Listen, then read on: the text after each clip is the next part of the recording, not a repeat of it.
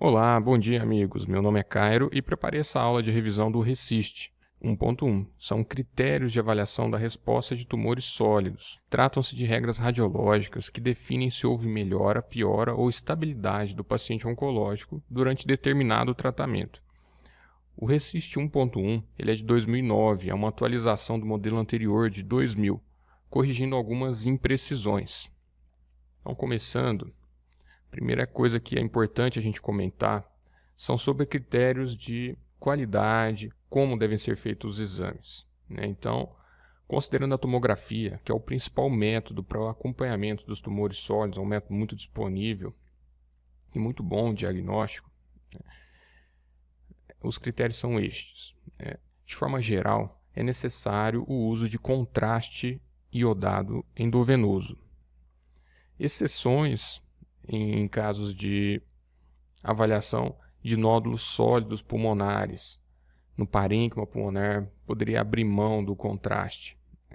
Mas se o motivo da avaliação da tomografia for a avaliação do status linfonodal, mediastinal, axilar, o contraste costuma ajudar, né? Então, de modo geral, exames com contraste para avaliação de resposta tumoral. O baseline, ou seja, a tomografia de início, ela deve ser feita com menos de 4 semanas do início do tratamento, para evitar uma falsa interpretação de resposta ou progressão.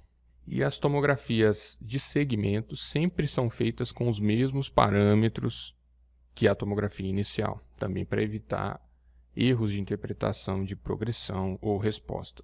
Os cortes tomográficos sempre devem ser padronizadamente menores do que 5 milímetros. Hoje em dia, de modo geral, as tomografias já têm essa qualidade, de ser menor do que 5 milímetros, geralmente menor do que 3 milímetros, a maioria dos aparelhos. Aqui um detalhe interessante também, que diz respeito às lesões-alvo. Então, a metodologia do RECIST funciona assim: a gente seleciona algumas lesões no exame basal, naquele primeiro exame, a gente seleciona algumas lesões para serem as lesões-alvo. Essas lesões a gente vai seguir elas ao longo do tempo, dos próximos exames, e vai avaliar se elas vão diminuir, se elas vão aumentar, e elas vão ser o grande norte para a gente, o principal norte de resposta ou não de determinada terapia. E tem alguns critérios para a gente selecionar quais são as lesões-alvo. As lesões-alvo, na tomografia, elas têm que ter um tamanho maior do que 1 centímetro. Isso considerando, de modo geral, principalmente órgãos sólidos, uma metástase hepática, por exemplo, ou em algum outro sítio pulmonar.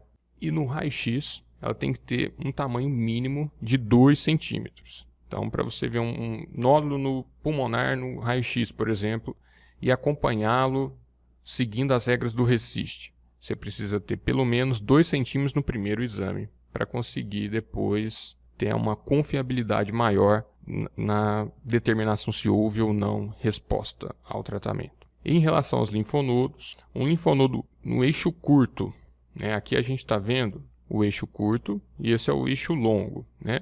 Então, no eixo curto, o linfonodo tem que ter um diâmetro maior ou igual a 1,5 centímetros ou 15 milímetros, para ser considerado uma lesão-alvo. Mas se ele for maior do que 1 centímetro e menos do que 1,5, ele é um linfonodo suspeito, apesar de não poder ser considerado lesão-alvo. A gente não escolheria ele como lesão-alvo.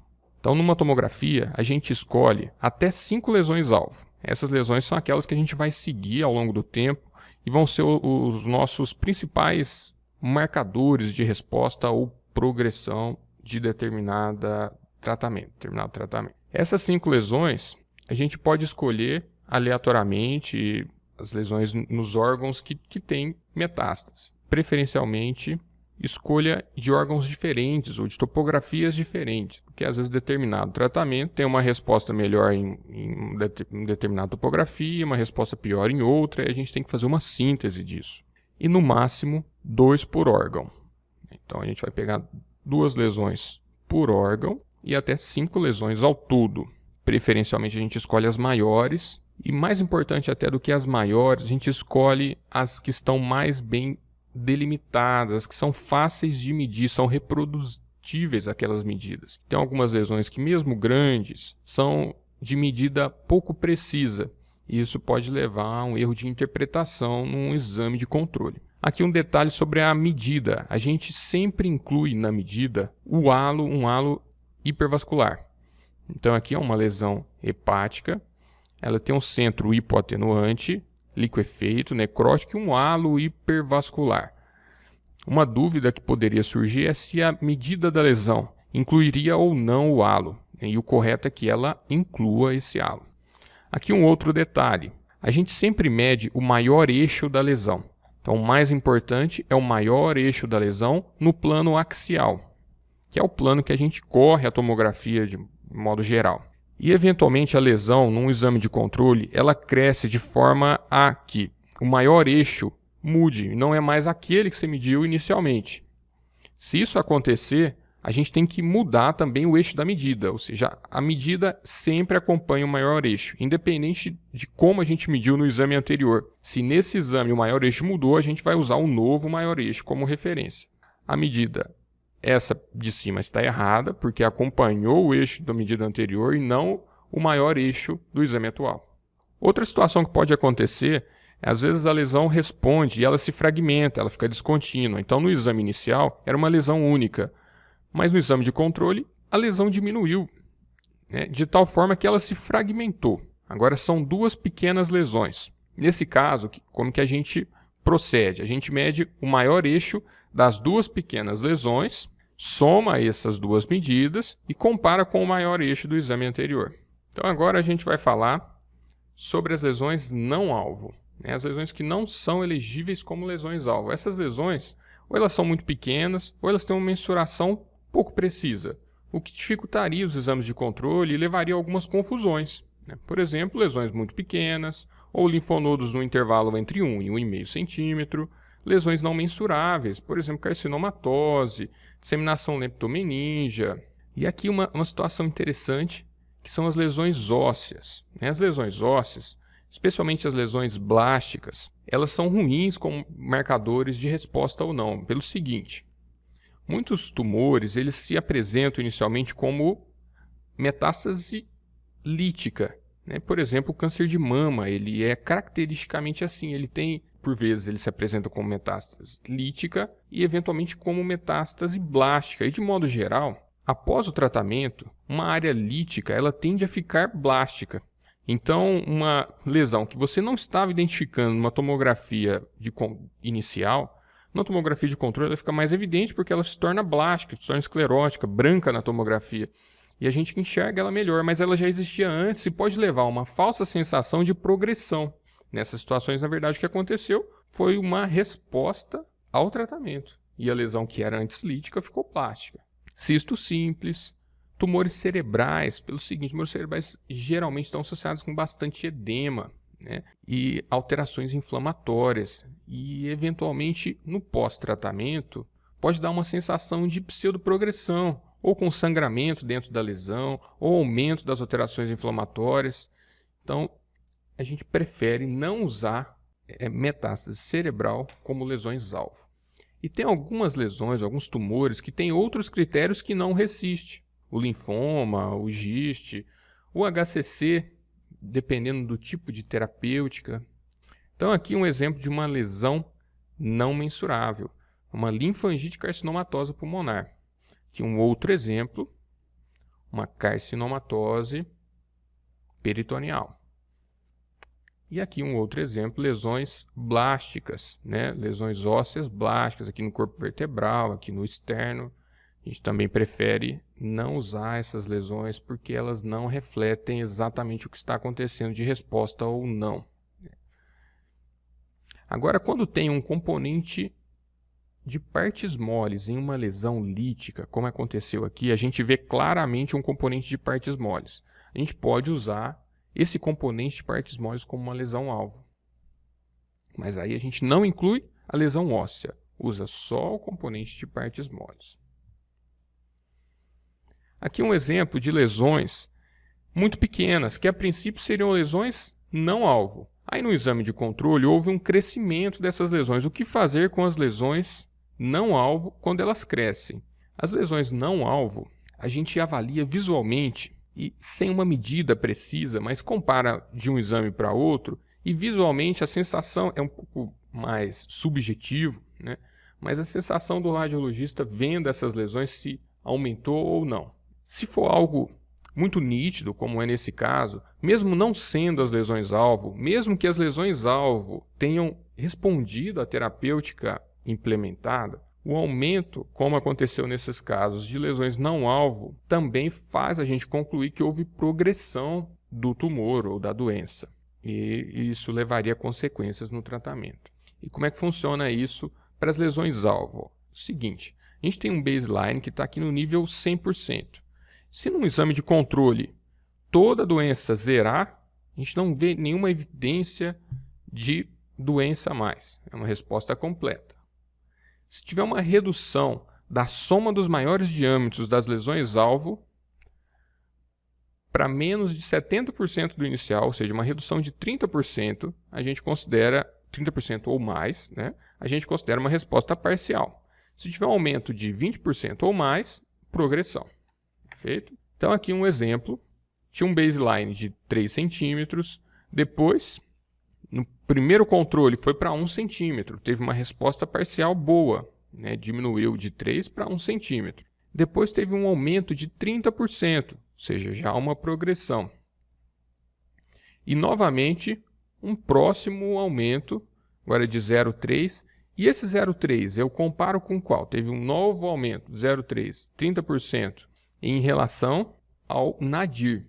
Então, sempre quando a gente vai comparar se houve ou não progressão nos exames subsequentes, a gente considera sempre o nadir, que é o ponto de menor tamanho ou de menor soma dos diâmetros máximos daquelas metástases. Então, houve progressão nos dois exames. Aqui é uma tabela que a gente usa para entender se houve ou não progressão. Que interessante. Qualquer nova lesão, ou seja, apareceu nova lesão, independente do que acontecer com as lesões alvo ou com as lesões não alvo, a gente considera como uma progressão de doença. Se tiver resposta completa, eu não vejo mais lesão nenhuma, não apareceu nenhuma nova lesão, perfeito, resposta completa, também é fácil de entender. Agora, algumas situações que levariam à resposta parcial.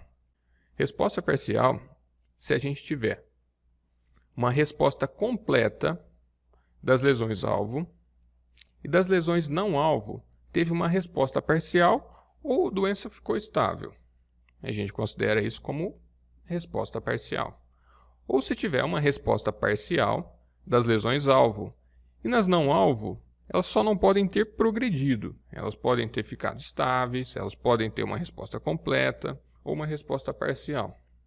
A gente vai considerar ainda assim resposta parcial. E doença estável, se as lesões-alvo forem estáveis e as lesões não-alvo, elas só não podem ter progredido. Elas podem ter uma resposta completa, uma resposta parcial ou doença estável. E aqui é uma tendência, de modo geral, na radiologia, a gente está buscando sempre fazer laudos, relatórios mais estruturados, de tal forma que um relatório ele se adapte para aquela condição e a gente coloque de forma sistemática e da forma mais objetiva e clara possível as informações e as informações necessárias para aquela condição. Pensando nisso e acompanhando essa tendência, também os relatórios estruturados, modelo RECIST, têm crescido bastante, né? E a ideia de fazer um relatório estruturado é, como eu disse, tornar a informação mais clara possível, mais objetiva e que ajude realmente o clínico que está em frente ao paciente a tomar as melhores decisões. A gente começa sempre com a modalidade de parâmetros. Como eu tinha mencionado lá no começo, os parâmetros são fundamentais que eles sejam respeitados para que a gente não faça interpretações equivocadas de progressão ou não, ou resposta de determinada lesão. Depois, a discriminação das lesões-alvo, com localização, maior este de cada uma, a soma de todas, isso preferencialmente disposto em uma tabela. Essa tabela depois pode ser transformada em um gráfico, né? E o gráfico é visualmente uma ferramenta interessante também. Depois a gente descreve as lesões não-alvo sem enfatizar muitas medidas e outras descobertas relevantes e incidentais. a conclusão com o número de lesões-alvo, a somatória e os achados incidentais mais importantes. Aqui o modelo de uma tabela, né, que a gente coloca as lesões-alvo, né? Aqui inclusive tem uma lesão-alvo passando, a gente usaria no máximo 5 lesões-alvo e 2 por órgão, né? Então tem esse pequeno erro aqui, porque ele reflete ainda um modelo anterior do RECIST, né? Eu tirei de um artigo de modelo anterior do RECIST. Mas atualmente a gente usaria no máximo 2 lesões do fígado e usaria outras lesões. Mas a ideia é essa. Primeiro com as lesões-alvo, baseline, e ali sucessivamente os próximos exames, as próximas tomografias. Isso levaria a uma somatória dos maiores eixos de cada uma dessas lesões. E com base no somatório do maior eixo, a gente tem uma noção de resposta ou progressão. Ou seja, vinha respondendo, né? Aqui houve uma resposta de 120 de somatória para 66. Depois de 66 para 61, não houve uma redução maior ou igual a 30%. Então, estabilidade. Depois de 61 para 66, não houve um aumento maior de 20%. Estabilidade. E aqui de 66 para 85, eu vou comparar o 85 não com o 66, mas com o 61 aqui. E aí sim, houve um aumento maior do que 20% progressão de doença. E aqui um gráfico que a gente consegue montar com base naqueles dados. E o gráfico ele é bastante interessante e visualmente ajuda o oncologista a tomar as melhores decisões. Oncologista ou toda a equipe multidisciplinar que envolve o paciente oncológico.